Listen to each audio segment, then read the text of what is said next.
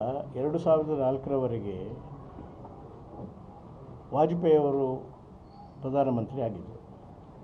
ಅವರಷ್ಟು ಯೋಗ್ಯ ಪ್ರಾಮಾಣಿಕ ಪ್ರಧಾನಿಗಳು ಇವರಲ್ಲ, ಮೋದಿ ಅಲ್ಲ. ಆವಾಗ ಇಂಡಿಯಾ ಈಸ್ ಶೈನಿಂಗ್ ಅಂತೇಳಿ ಸ್ಲೋಗನ್ ಆಯಿತು, ಅವರೇ ಬರ್ತಾರೆ ಅಂತೇಳಿ ಆಯಿತು.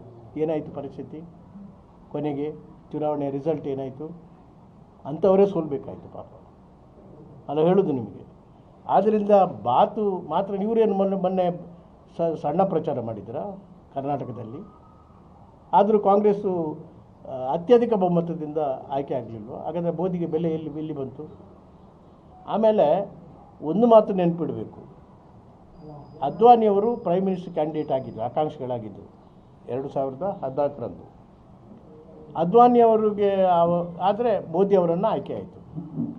ಅದಕ್ಕೆ ಅದ್ವಾನಿಯವರು ಹೇಳಿದ ಮಾತು ಒಂದು ಜ್ಞಾಪಕದಲ್ಲಿ ಇಟ್ಟುಕೊಳ್ಳಬೇಕು. ನೀವು ರಿಪೀಟೆಡ್ಲಿ ಯು ಶುಡ್ ರಿಮೆಂಬರ್. ಅವರು ಏನು ಹೇಳಿದರು?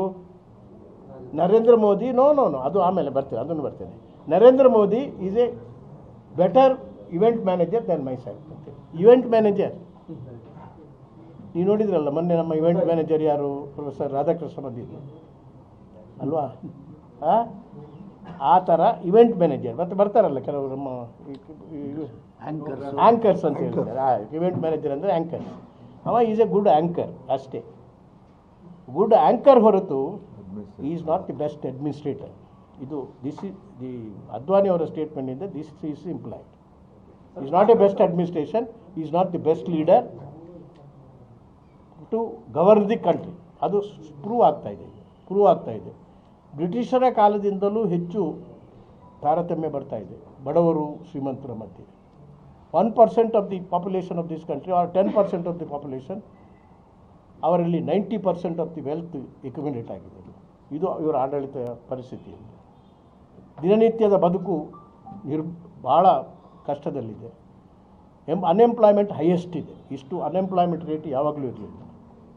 ಆದ್ದರಿಂದ ಯಾವ ಮಾನದಂಡ ನೋಡಿದರೂ ಕೂಡ ಅದು ಚುನಾವಣೆಯಲ್ಲಿ ಹೆಚ್ಚು ಮಾತಾಡ್ತೇನೆ ನಾನು, ಈಗ ಸ್ವಲ್ಪ ಸೀಮಿತವಾಗಿ ಹೇಳ್ತೇನೆ.